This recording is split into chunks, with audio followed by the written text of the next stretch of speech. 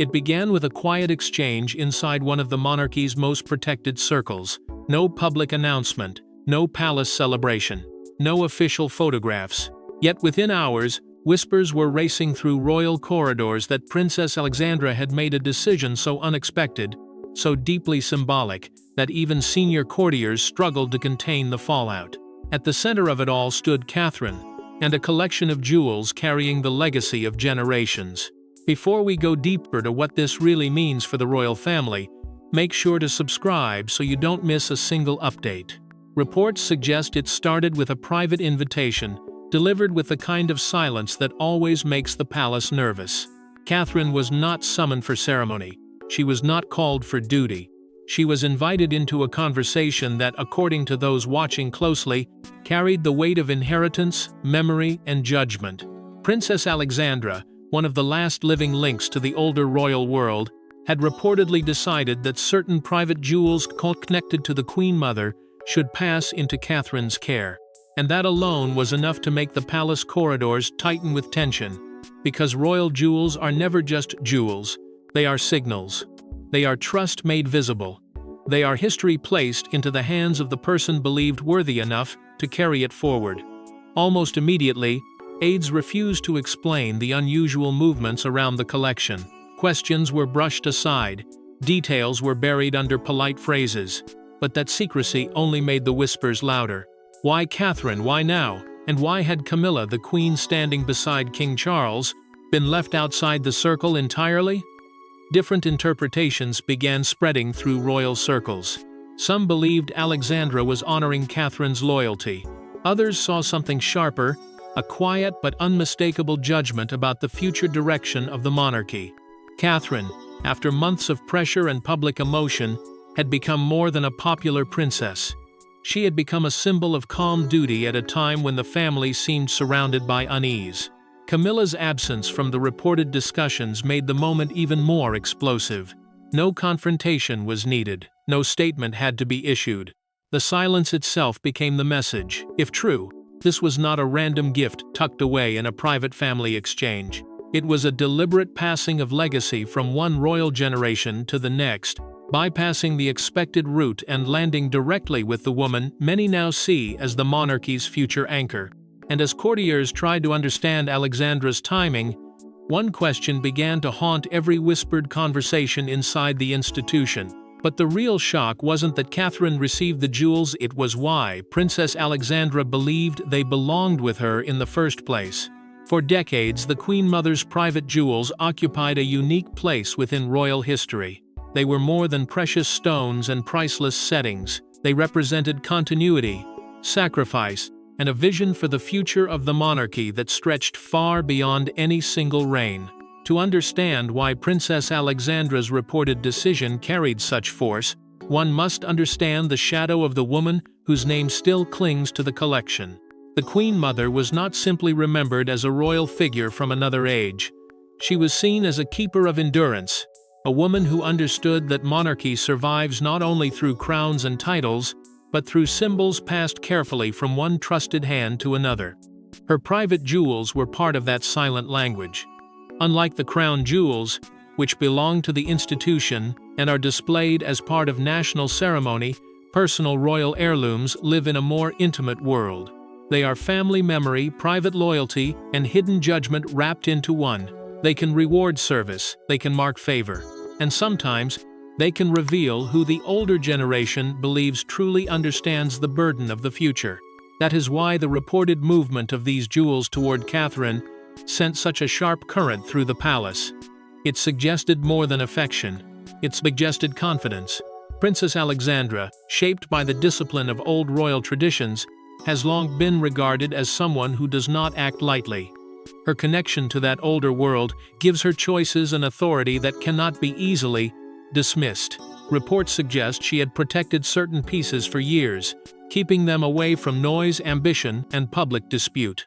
That protection made the question of succession even more delicate. Who would be trusted with jewels that carried not just value, but memory? Who would wear them without turning them into a performance? Who would understand that some heirlooms demand humility before they offer honor? In that question, Catherine's name began to rise with quiet force. She had endured pressure without spectacle, accepted duty without demanding constant praise, and stepped into the future role of queen with a patience that older royals reportedly noticed. The contrast became impossible to ignore. While some saw jewelry, others saw a royal verdict written in diamonds and history. Alexandra's reported choice did not need a public explanation because the meaning was already heavy enough. It pointed toward Catherine as the woman trusted to protect not only the Queen Mother's private jewels, but the values attached to them. And once that meaning settled, the palace could no longer pretend this was just a private family matter. As historians revisited the meaning of the collection, attention shifted toward a far more sensitive question: why Camilla appeared to have been completely bypassed. Inside palace circles, succession is rarely discussed openly, yet behind closed doors, decisions about legacy often reveal where true trust resides. According to royal observers, Princess Alexandra's choice spoke louder than any public statement ever could. Reports suggest the transfer was not rushed by accident, nor handled as a casual family kindness. It was personally approved, carefully arranged, and quietly carried through with a speed that left even experienced courtiers asking what had changed. The answer, many believed, was not found in the jewels themselves, but in the person chosen to receive them. Catherine's name had been rising for years as the steady future of the monarchy, the woman who understood that royal life is not just privilege, but pressure carried without complaint. And that made the reported decision feel like more than inheritance. It felt like endorsement. No indication emerged that Camilla had been consulted beforehand, and that absence became the sharpest detail of all. In royal life, being left out can speak louder than being opposed. A door does not need to slam when it simply never opens. Courtiers reportedly watched the arrangement unfold with stunned caution, aware that any movement involving the Queen Mother's private legacy would be read as a signal.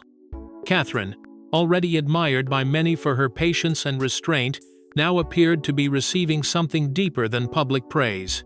She was being trusted with memory. Comparisons quickly followed. Royal watchers recalled how important pieces had moved between generations before, how certain women were chosen not because they demanded attention, but because they represented stability when the institution needed it most. That is where the pressure around Camilla grew heavier.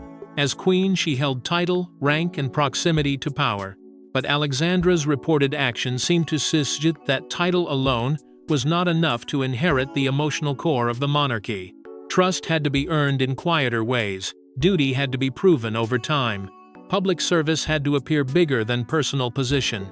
Senior insiders described the move as highly symbolic, and media speculation began building around every unanswered question. Was this simply Alexandra honoring Catherine's devotion? Or was it a quiet correction inside the family, a reminder that the monarchy's future would not be shaped by status alone? The palace offered no clear answer, and that silence only sharpened the mystery. Because when an older royal chooses the next keeper of a cherished legacy, the decision can echo far beyond one private room. It can expose hidden loyalties, buried doubts, and the cold truth about who the family believes will carry the crown forward. But while palace insiders debated the meaning of Alexandra's decision, another story was unfolding behind the scenes, one involving years of growing admiration for Catherine herself. Long before this reported transfer, Catherine had quietly built a reputation that few could ignore. Through public pressures, personal challenges, and increasing royal responsibilities, she earned something far more valuable than headlines: confidence from the monarchy's most traditional figures. That confidence did not arrive in one dramatic moment. It was built slowly, through years of patience, restraint, and the kind of service that often goes unnoticed until the palace itself begins to depend on it. Catherine entered royal life under fierce attention, watched from every side, judged for every gesture, and measured against women who had carried the title of Princess of Wales before her. Yet instead of fighting the weight of history, she learned how to move within it. She respected protocol. She listened before speaking. She understood that the monarchy does not reward noise for long. It rewards endurance. And in the eyes of older royals, endurance has always mattered more than applauses. Reports suggest that Princess Alexandra had watched this journey closely, not as a public commentator, but as someone formed by an older code of duty. To Alexandra, the value of a future queen may not have rested in popularity alone, even though Catherine's public support had become one of the monarchy's strongest shields. It may have rested in something quieter: discipline, respect, and the ability to carry pressure without turning it into spectacle. Catherine's relationships with senior royals reportedly deepened because she never appeared eager to outshine the institution she served. That mattered. In a family often shaken by tension, ambition, and personal wounds, Catherine represented steadiness. She became the figure who could soften public fear while still honoring royal boundaries. Comparisons with past princesses of Wales only made the symbolism sharper. Like those before her, she carried expectation and scrutiny, but she also brought a calm that many believed the monarchy badly needed. Older relatives reportedly saw in her a woman who understood legacy not as decoration, but as responsibility. That is why Alexandra's possible reasoning began to feel deeply personal and deeply institutional at the same time. If the Queen Mother's private jewels were to move forward, they needed a guardian who would protect their meaning, not simply wear their shine. Catherine fit that image with almost painful precision. She had suffered quietly, served consistently, and emerged as the future queen many people already trusted. The reported transfer, then, was not just a reward, it was recognition, a message that the monarchy's old guard had seen enough to decide where confidence now belonged. Yet if Catherine's rise seemed inevitable, the reaction from certain royal circles suggested the story was far from over. The moment whispers of the transfer reached wider royal circles, the atmosphere reportedly changed. Conversations became guarded, questions multiplied, and suddenly, what began as a private family matter threatened to become a defining moment in an ongoing struggle over influence and legacy. Courtiers, who normally know how to bury tension beneath polished language, were said to be divided over what Princess Alexandra's decision truly meant. Some viewed it as a graceful passing of memory from one respected royal woman to another. Others saw something far more pointed, a quiet but unmistakable message that the future of the monarchy was being shaped around Catherine, not Camilla. That possibility made every silence feel heavier. Speculation around Camilla's response grew quickly, not because anyone expected an open protest, but because royal disappointment often travels through private channels long before the public notices. There were questions over protocol. Should the Queen have been included? Was this simply a personal collection moving through family hands? Or did the emotional power of the Queen Mother's jewels make the choice impossible to separate from rank, loyalty, and succession? The palace gave no clear explanation, and that absence created room for every theory to grow. Media outlets began watching every detail, every appearance, every small shift in tone. Royal commentators offered competing readings. Some argued that private jewels remain personal and can be passed however their keeper wishes. Others believed that anything connected to the Queen Mother carries a symbolic force too powerful to ignore. In that debate, Catherine became the center of a storm she had not created. Public reaction, however, seemed to move strongly in her favor. Many saw the reported transfer as natural, even fitting. Catherine had become, for them, the image of future stability, the woman who could carry history forward without making it feel like a performance. That public warmth only deepened the contrast with the unease inside certain palace circles, because the question was no longer only about one collection. It was about what future inheritance decisions might reveal. If Alexandra had chosen Catherine now, who else inside the family might follow that same instinct? What other private legacies, sealed letters, heirlooms, and quiet permissions were waiting to move in the same direction? The monarchy suddenly faced renewed scrutiny over succession symbolism, and the pressure came from every side. The jewels had opened a door that could not easily be closed. They exposed how much meaning still lives in private gestures, and how quickly one choice can unsettle an entire order of influence. The reported bypassing of Camilla was not just gossip anymore. It had become a question of trust, legacy, and the emotional map of the crown. But beyond the headlines and palace intrigue, the true significance of the jewels rested in what they represented for the future of the crown itself. Jewels have always carried messages within royal history. They mark alliances, signal trust, and quietly reveal where the institution believes its future lies. Many observers believe that was precisely the message embedded within this extraordinary decision. The reported transfer from Princess Alexandra to Catherine was not powerful because of sparkle alone. It was powerful because heirlooms inside the monarchy work like silent documents. They do not need signatures to carry meaning.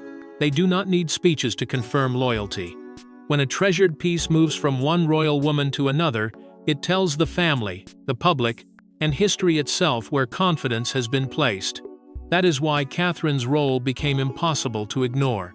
She was not simply being associated with beauty or tradition. She was being linked to continuity at a time when the monarchy needed calm, strength, and a clear sense of direction. Across generations, royal gifts have often carried messages deeper than their surface value. A brooch can honor service, a necklace can mark belonging, a tiara can reveal acceptance into the inner circle of trust. And if reports are correct, Alexandra's decision placed Catherine firmly inside that sacred line of inheritance. It suggested that the future of the crown was not being left to chance, mood, or convenience. It was being protected through careful choices made by those who still understand the old rules. Alexandra's reputation made the move even more significant. She has long been seen as a guardian of tradition, someone shaped by duty rather than drama, and that made her reported judgment feel deliberate. For a royal figure like her, symbolism is never careless. Every action carries weight. Every private decision can echo for years. Public expectations also sharpened the moment. Catherine is increasingly viewed as the future queen who will help steady the monarchy through its next chapter. People do not only admire her style or presence, they look to her for reassurance, for discipline, for a sense that the institution still has a moral center. That expectation is heavy, and it comes with pressure few outsiders can truly understand. Yet this is why the jewels mattered. They seemed to say that Catherine was ready not just to wear history, but to protect it. Preserving royal legacy has always required more than possession. It requires restraint. It requires knowing when to speak and when silence is more powerful. It requires carrying old memories without turning them into personal trophies. The growing belief that this transfer carried institutional meaning made the palace's silence even louder. If Alexandra chose Catherine, then perhaps the old guard had already made its view clear. And as royal watchers examined every possible implication, attention turned toward the woman whose judgment had set the entire chain of events into motion. Princess Alexandra has spent decades avoiding controversy, rarely placing herself at the center of royal headlines. That is why this reported decision resonated so strongly. For many observers, it felt less like a gift and more like a carefully considered statement about trust, duty, and the future. Alexandra's loyalty to the crown has never depended on noise. It has been built through service, restraint, and an old-fashioned belief that royal duty is carried quietly, not advertised loudly. That is why her actions carry such unusual weight. When someone known for discretion makes a move that sends whispers through the palace, people do not dismiss it easily. They study it. They question it. They wonder what message was meant to be understood without ever being spoken. Reports suggest that her decision to place the Queen Mother's private jewels closer to Catherine was seen by some senior observers as a symbolic endorsement, not simply a family gesture.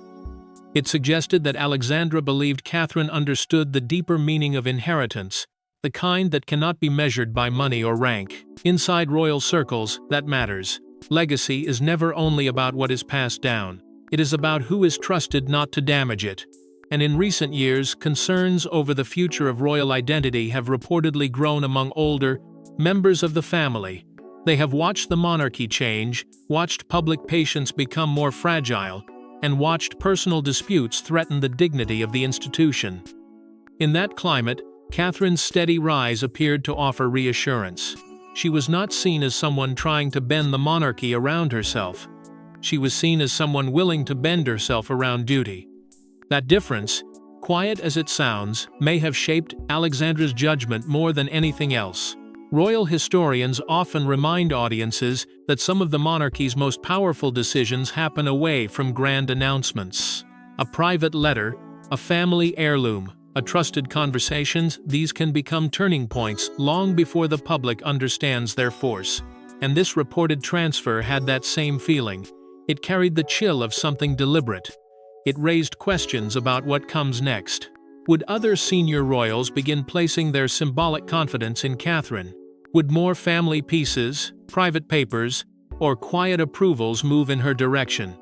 Would Camilla's position face more awkward comparisons as the emotional inheritance of the crown seemed to gather around the Princess of Wales? No answer came, and that silence made the moment even more haunting. Alexandra had not needed to explain herself.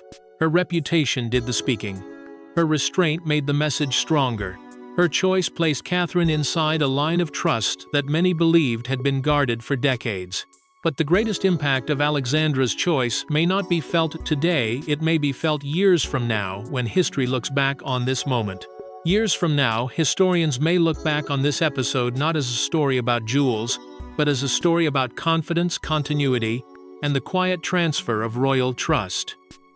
Because some of the most important decisions in monarchy are never announced from balconies, they are made behind closed doors and revealed only through the symbols left behind. Princess Alexandra's reported decision to place the Queen Mother's private jewels closer to Catherine may one day be remembered as one of those silent turning points. It did not need a public ceremony to matter.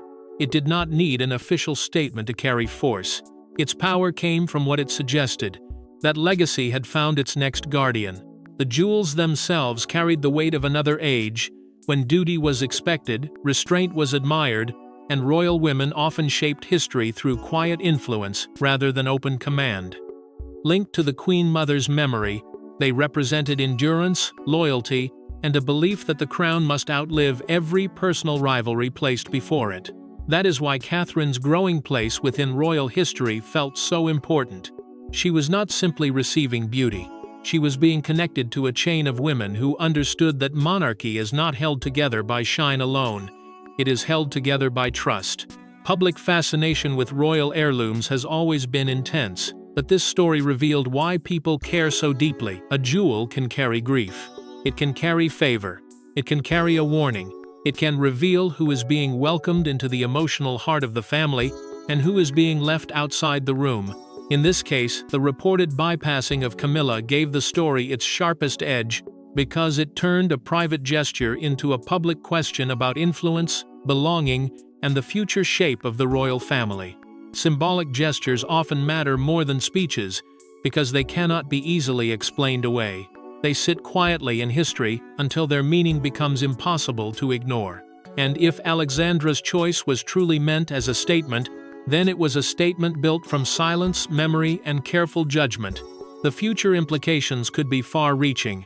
More heirlooms may follow. More private loyalties may become visible. More of the monarchy's emotional inheritance may begin moving toward Catherine as she steps closer to her future role. But beyond all the speculation, one truth remains clear within the story being told. Duty still matters. Trust still matters. Continuity still matters. The crown survives when its guardians understand that legacy is not something to seize, but something to protect. And in the silence that followed Princess Alexandra's remarkable decision, one message seemed impossible to ignore: the future of the monarchy is already taking shape. Thanks for watching. Please don't forget to like and subscribe, and we will see you in next one.